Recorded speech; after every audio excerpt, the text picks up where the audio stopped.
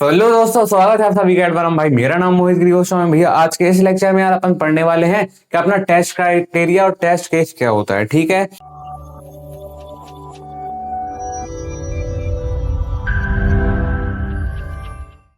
ठीक है भैया। क्राइटेरिया क्राइटेरिया क्या होता है? जैसे कि मान लो आप कॉलेज में हो तो भैया आपको कॉलेज के कुछ रूल्स फॉलो करने पड़ते हैं कि भैया आप दीवार फांद के बंक नहीं करोगे, है ना, या फिर कुछ भी चीज करके बंक नहीं करोगे, कॉलेज के बाहर नहीं जाओगे, टाइम पे कॉलेज आओगे भैया, टाइम से कॉलेज के बाहर जाओगे, फाइन चढ़े, अरे अंदर की बात नहीं, ठीक है।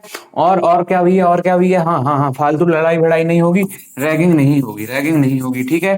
तो ये एक तरीके से क्या है, कॉलेज के रूल्स हैं, कुछ रूल्स है ना।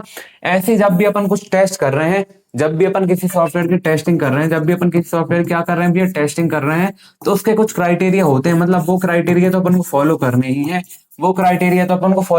है, ना। तो टेस्टिंग के क्या क्राइटेरिया होने वाले हैं, सबसे पहले वो समझ लेते हैं, उसके बाद टेस्ट केस पढ़ेंगे, ठीक है। तो सबसे पहला क्राइटेरिया भैया क्या है, स्टेटमेंट कवरेज। मतलब जो भी अपन चीजों की टेस्टिंग कर रहे हैं तो उसमें अपन ये इंश्योर करेंगे कि भैया अपना हर एक एक स्टेटमेंट, मतलब हर एक लाइन ऑफ कोड एक बार तो चेक होए, एक बार तो टेस्ट होए। तो ये अपना पहला क्राइटेरिया है, मतलब हर एक स्टेटमेंट कवर होना चाहिए। मतलब चेक इफ एवरी लाइन या फिर statement in the code is executed at least one. मतलब हर एक लाइन को एग्जीक्यूट किया गया हो, मतलब हर एक लाइन ऑफ कोड, मतलब एक लाइन का जो अपना मान लो यहाँ पे कुछ कोड लिखा है, इसको एग्जीक्यूट करा गया है, इसको टेस्ट करा गया है, मतलब सीधी बात, हर एक लाइन ऑफ कोड टेस्ट होना चाहिए, ठीक है। उसके बाद इसका गोल क्या भैया, टेस्ट ऑल स्टेटमेंट। मतलब इसमें क्या करते हैं, हर एक स्टेटमेंट को, हर एक लाइन ऑफ कोड को अपन क्या करते हैं, टेस्ट करते हैं, ठीक है। अब दूसरा भैया क्या है, दूसरा क्या है, ब्रांच कवरेज। मतलब इसमें क्या होता है, check if all possible branches या फिर ट्रू और फॉल्स डिसीजन आर टेस्टेड। सीधी सी बात भैया, अपन क्या करते हैं भैया, इफ एल्स वाली कंडीशन लगाते हैं, कहीं कहीं इफ एल्स वाली कंडीशन लगाते हैं कोड में। यार आपने कोडिंग करी होगी तो पता होगा, ठीक है। तो ये जो इफ एल्स वाली कंडीशन लगाते हैं, ये भैया अपन ने सही लगाई है कि नहीं, ये सही से काम कर रही है कि नहीं। तो अपन क्या करते हैं, इनको भी एग्जीक्यूट करवा के चेक करते हैं, इनको भी टेस्ट करते हैं भैया, ये जो अपनी कंडीशन बनाई है अपन ने। अब देखो, कंडीशन या तो ट्रू हो सकती है या तो फॉल्स हो सकती है। ट्रू होगी इसका मतलब भैया कोई दिक्कत नहीं है, सब सही है। और अगर फॉल्स होगी तो हो सकता है ये कुछ दिक्कत वाली बात है, एक तरीके से ऐसा समझ लो ना। तो कंडीशन ट्रू हो सकती है, फॉल्स हो सकती है। तो ब्रांच कवरेज में क्या करते हैं, जो भी इस तरीके का अपने इफ एल्स वाली चीजें आती है ना, वो अपन टेस्ट करते हैं ना। एग्जाम्पल इफ एल्स या फिर स्विच केस, इन सारी चीजों को अपन टेस्ट करते हैं ना। इसका गोल क्या है, कवर ऑल डिसीजन पॉइंट्स। मतलब ये जो इफ एल्स वाले जो अपने डिसीजन मेकिंग पॉइंट्स होते हैं ना, इन सारे पॉइंट्स को कवर किया जाता है कि इनको भी अपन को टेस्ट करना है ना। तो ये अपना क्या एक तरीके से रूल्स है कि भैया आपको हर एक लाइन ऑफ कोड टेस्ट करना है, जो इफ एल्स वाले डिसीजन मेकिंग पॉइंट्स आते हैं ना, इनको भी टेस्ट करना है। और एट लास्ट थर्ड क्या है भैया, कंडीशन कवरेज। मतलब test each condition in decision for both a true और फॉल्स आउटकम। मतलब more detailed than branch coverage. इसमें क्या होता है, ये क्या होता है, ये अपना क्या था, ब्रांच कवरेज। इसका डिटेल्ड फॉर्म अपने काय में देखने को मिलता है, कंडीशन कवरेज। इसमें भैया मान लो अपनी कंडीशन ट्रू आ रही है तो उसको भी अपन टेस्ट करेंगे, मान लो कंडीशन अपनी फॉल्स आ रही है तो उसको भी अपन टेस्ट करेंगे। मतलब ट्रू या फॉल्स जो भी अपन को आउटकम मिल रहा है उसको अपन को अच्छे से डिटेल में टेस्ट करेंगे, हर तरीके से, अच्छे तरीके से, ठोक बजा के, ठोक पीट के, है ना। तो वो अपना क्या कहलाएगा भैया, कंडीशन कवरेज। आया समझ? स्टेटमेंट में हर एक लाइन कवर करेंगे, इसमें इफ एल्स वाले स्टेटमेंट को टेस्ट करेंगे, इसमें जो अपनी कंडीशन आई है ट्रू या फॉल्स वाली, उसको और डिटेल तरीके से टेस्ट कर रहे होंगे, ठीक है। तो ये क्या कहलाता है भैया, मेरा ये क्या कहलाता है, टेस्ट क्राइटेरिया, ठीक है। अब भैया टेस्ट केस के बारे में अपन ने स्टार्टिंग से 2-3 लेक्चरों में ये चीजें कवर कर ली हैं। टेस्ट केस क्या होता है, सबसे पहले अपन क्या करेंगे, एग्जाम में इसका थोड़ी बहुत छोटी मोटी मन से बना के डेफिनेशन लिख देंगे। टेस्ट केस क्या होता है मुझे, हाँ, कुछ ऐसे टेस्ट केसेस में या फिर कुछ ऐसा रॉ इनपुट या रॉ डाटा होता है जो कि अपन किसको देते हैं भैया, अपने सिस्टम को, ये चेक करने के लिए कि अपना सिस्टम सही से काम कर रहा है कि नहीं, कुछ फिक्स इनपुट वैल्यूज पे। तो एक तरीके से ये अपने डेफिनेशन बना के लिख देंगे, है ना। तो कुछ 3 टाइप के अपने टेस्ट केस होते हैं ना। तो पहला टाइप क्या है भैया, पहला टाइप क्या है, बाउंड्री वैल्यू एनालिसिस। मतलब ठीक है, मान लो भैया मैंने कुछ ऐसे सिस्टम बनाया, मान लो ऐसा कुछ सॉफ्टवेयर बनाया है जो कि एनालाइज करेगा भैया 18 से 20 तक के 18 से 60 तक के बच्चे सिर्फ गाड़ी चला सकते हैं, या फिर 18 से 60 तक के बच्चे गाड़ी चला सकते हैं। मान लो ये क्या बनाया मैंने, एक सॉफ्टवेयर बनाया है ना। तो अब मैं क्या करूंगा, अब एक कुछ टेस्ट केस बनाऊंगा, इस टेस्ट केस में क्या करूंगा, कुछ वैल्यू दे दूंगा चेक करने के लिए मेरा ये सिस्टम सही से काम कर रहा है कि नहीं। तो जैसे मान लो एक वैल्यू मैंने दे दी 17, एक वैल्यू मान लो मैंने दे दी 61, है ना। तो ये क्या है, ये क्या अपनी बाउंड्री वैल्यूज है, मतलब ये एक तरीके से अपनी क्या है, बाउंड्री खिंच गई है। तो इतने से इतने बीच तक के लोग क्या करते हैं, गाड़ी चला सकते हैं ना। अब मान लो अपन ने 17 दे दिया या मान लो 61 दे दिया, तो ये नंबर कैसे हो गए, बाउंड्री को पार कर रहे हैं ना। तो ये चीज अपन चेक करते हैं कि बाउंड्री के आसपास का अपन टेस्ट केस का कुछ भी नंबर देते हैं तो वो टेस्ट केस मतलब हाँ वो इसको अच्छे से एनालाइज कर पा रहा है कि नहीं, है ना। पढ़ो, सबसे पहले पढ़ के और समझ आ जाएगा। ठीक है, क्या बोल रहा है, most defect happen at the boundaries of input ranges not in the middle. तो ये जो ज्यादातर डिफेक्ट होते हैं ना भैया, बाउंड्री के आसपास होते हैं, ना कि मिडिल में उतना ज्यादा, है ना। ताकि बाउंड्री के आसपास कंफ्यूजन भी बढ़ सकती है थोड़ी बहुत, हाँ हो सकता होगा सिस्टम में बढ़ जाए। तो अपन क्या करते हैं, कुछ ऐसे टेस्ट केस बना के देते हैं तो जिसमें क्या होता है, जो भी अपना नंबर होता है, जैसे कि ए मान लो 17 दे दिया, बी नंबर मान लो अपन ने क्या दे दिया 61, तो ये अपन ने टेस्ट केस दे दिया, बट सिस्टम तो कितने कितने एनालाइज करेगा कि भैया 18 से 60 तक के, है ना। और मान लो 18 से कम देंगे तो एरर दिखा देगा, है ना। 20 से कम, 20 से ज्यादा देंगे या मतलब हाँ सॉरी 60 से ज्यादा देंगे तो वो भी ये दिखा देगा नहीं भैया ये लोग ड्राइव नहीं कर सकते, है ना। तो हाउ इट वर्क्स, मतलब ये काम कैसे करता है, test the minimum and maximum value just not outside the range. इसमें क्या करोगे, मिनिमम मिनिमम और मैक्सिमम वैल्यू, मतलब मिनिमम वैल्यू क्या है 18 और मैक्सिमम क्या है 60, इसको चेक कर लो। अभी तो मैंने आपको क्या बताया 17 और 61, बट यहाँ पे क्या बोल रहा है, मिनिमम और मैक्सिमम वैल्यू को टेस्ट कर लो, मतलब 18 और 60 है ना, इन्हीं वैल्यू को टेस्ट कर लो। और क्या हो रहा है, and value just outside the range, और कुछ वैल्यू ऐसी भी अपन टेस्ट केस में डाल दो जो इसके जस्ट थोड़ी आउटसाइड द रेंज हो, मतलब रेंज के बाहर भी हो, है ना। कुछ ऐसी वैल्यू भी आप डाल दो टेस्ट केस में। मान लो जैसे कि अपन ने बनाया for a range of 1 to 100, test 0 1 2 99 99 100 या फिर 101, है ना। जैसे मान लो अपन ने एक टेस्ट केस मतलब हाँ एक सॉफ्टवेयर बनाया है जो कि एनालाइज करेगा 1 से 100 तक की वैल्यू, है ना। तो जैसे मान लो अपन ने 0 डाल दिया तो ये क्या करेगा, 1 डाल दिया तो क्या करेगा, 2 डाल दिया तो क्या करेगा, ये क्या है एक तरीके से बाउंड्री के पास की वैल्यू है ना। तो 100 किसके पास है, 99 किसके पास है 100 के, 101 किसके पास है 100 के, है ना। तो ये क्या है, बाउंड्री वैल्यूज को चेक करते हैं इसमें, है ना। एग्जाम्पल क्या है, if age input should be 18 to 60, मान लो एज का इनपुट क्या है 18 से 60, तो अपन कुछ टेस्ट केसेस डाल सकते हैं जैसे कि 17 18 19 59 60 61। तो ये क्या है भैया, बाउंड्री के पास की वैल्यूज हैं, ठीक है। अब कैचेस एज रिलेटेड बग्स, ठीक है। और फिर अपन क्या करते हैं, इसमें कैच कर लेते हैं जो भी एज रिलेटेड बग्स होते हैं, मतलब अपने बाउंड्री से रिलेटेड कोई भी अगर दिक्कत समस्या आ रही है, अपन ने टेस्ट केस दिया, कोई दिक्कत समस्या आ रही है ना, कोई ये चीज अच्छे से शो नहीं कर पा रहा है, ठीक है। तो वो अपन काय में देख लेंगे, इसमें कैच कर लेंगे। और सिंपल बट पावरफुल, ये चीज है तो सिंपल बट कैसी है भैया, पावरफुल, है ना।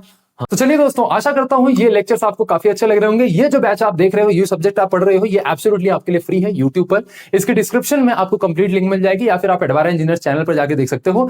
और कुछ बैचेस जैसे आपके मैथमेटिक्स 2 बैचेस हो गए, और जो आपके कुछ बैचेस हैं जो टफ पढ़ते हैं आपको, वो भी आप जाकर के एडवारा ऐप पे पढ़ सकते हो। तो प्ले स्टोर से आप एडवारा ऐप डाउनलोड कर सकते हो, या अगर आपको लैपटॉप पे बड़ी स्क्रीन में पढ़ने का मन है तो भैया edvara.in वेबसाइट पर जाकर के यहाँ नीचे हल्का स्क्रॉल करोगे तो अपनी यूनिवर्सिटी सेलेक्ट करना, AKTU के तो AKTU सेलेक्ट करना, RGPV के हो तो RGPV सेलेक्ट करना, अपनी यूनिवर्सिटी के हिसाब से स्ट्रक्चर्ड कंटेंट से पढ़ाई करिए। हाँ भैया ठीक है। अब दूसरा क्या है अपना भैया, दूसरा मेरा क्या है, इक्विवेलेंस पार्टीशनिंग। इसमें क्या होता है, इसमें क्या होता है, जैसे मान लो 18 से 90 18 से 60 है ना, 18 से 60 है, तो अपन इसमें क्या करेंगे, जो अपनी पूरी रेंज है इसको अपन बीच में से इक्वली डिवाइड कर देंगे, इक्वली पार्टीशन कर देंगे, एक पार्ट है एक पार्ट ये। तो इसमें क्या होता है, divide input into equal classes और partition where all values behave the same. इसमें क्या करते हैं, जो भी अपनी रेंज है उसको अपन बीच में से 2 पार्ट में डिवाइड कर देते हैं, जहां पे हर एक पार्ट या हर एक रेंज सेम तरीके से बिहेव करती है। अब जैसे इसका टाइप क्या है, वैलिड पार्टीशनिंग, और दूसरी क्या है इनवैलिड पार्टीशनिंग। इनवैलिड पार्टीशनिंग मतलब विद इन करेक्ट रेंज और आउटसाइड द वैलिड रेंज। अब इसमें क्या होता है भैया, एग्जांपल समझो। सबसे पहले एग्जांपल समझते हैं, जैसे कि मान लो अपन ने 18 60 का बताया था एज का, है ना। तो फॉर एज इनपुट 18 to 60, अब अपन ने एज इनपुट क्या लिया 18 से 60, है ना। वैलिड पार्टीशनिंग कितनी हुई अपनी 18 से 60, पिक एनी वैल्यू लाइक 30, है ना। और इनवैलिड पार्टीशनिंग क्या होगी 18 से कम और 60 से ज्यादा, ठीक है। तो ये जो अपना रेंज दिख रही है, मतलब हाँ इसमें अपन ने क्या किया, इसको बीच में से डिवाइड कर दिया 18 से 60, है ना। तो ये जो अपनी वैसे ये जो अपनी पूरी रेंज है एक तरीके से ये क्या है, अपनी वैलिड पार्टीशनिंग है, मतलब अपनी ये एक वैलिड रेंज है, इसमें अपन हाँ इतने से इतने भी चीजों को टेस्ट कर सकते हैं। अब मान लो अपनी भैया चीज है 60 से बाहर गई, 60 से ज्यादा गई, कम का साइन दिखा दिया आपने, है ना।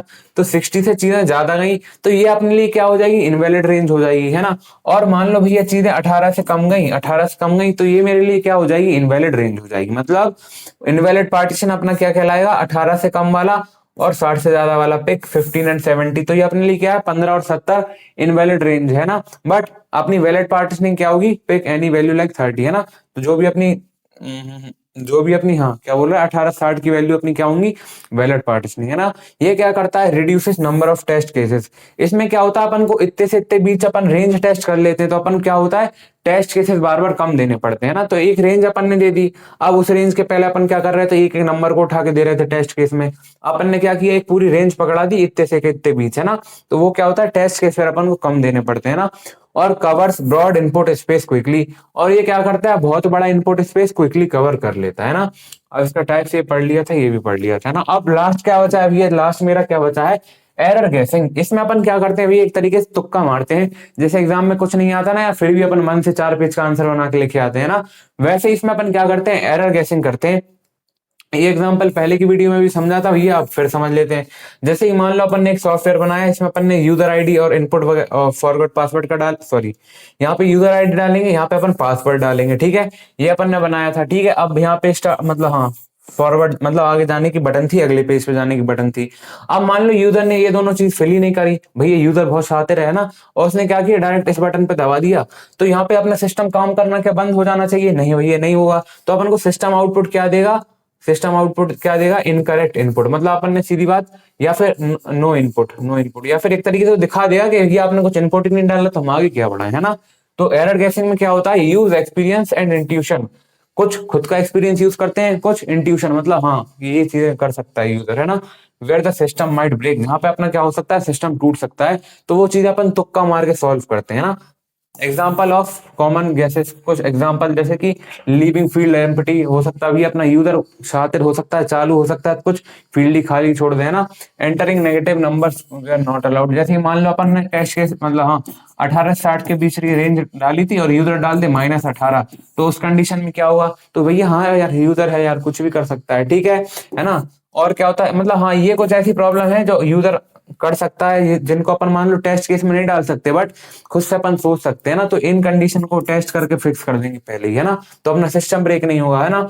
और यूजिंग स्पेशल कैरेक्टर, मान लो इसमें अपन को जो भी अपन को यूजर आईडी डालना है वो सिर्फ नंबरों में डालना है, बट यूजर मान लो वहां पे एंड्रॉइड कुछ स्पेशल कैरेक्टर यूज कर रहा है, हैशटैग यूज कर रहा है, तो वहां पे सिस्टम अपन क्या दिखाएगा, है ना।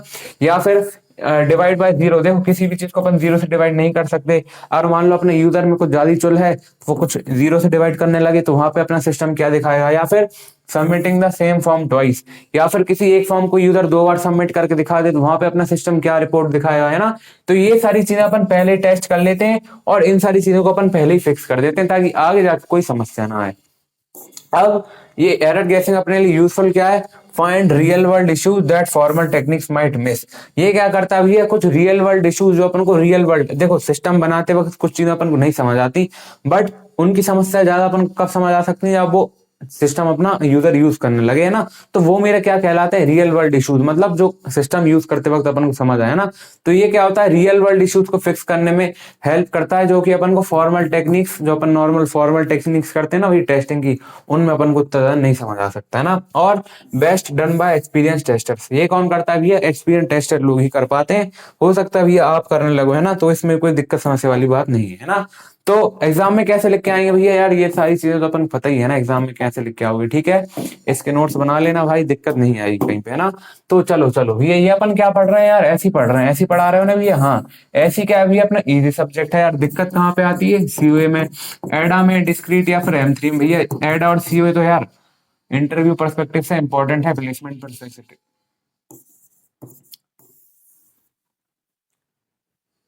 कट, ठीक है। तो भैया सीओए मैंने एडवार ऐप पे आपको अच्छे से कवर करवा रखा है। मेरा पढ़ाना पसंद आया भैया, आप इसका क्या कर सकते हो, डेमो लेक्चर भी डिस्क्रिप्शन में मिल जाएंगे, है ना। और कहीं कुछ दिक्कत समस्या हो तो वहां भी आप मुझसे भी ये पूछ सकते हो, किस पे, इस आईडी पे, ठीक है। ये बनाइए, है ना। उम्मीद है भाई आपको आज का लेक्चर पसंद आया, इसके नोट्स अच्छे से बनाइएगा। Thank you so much for watching, bye.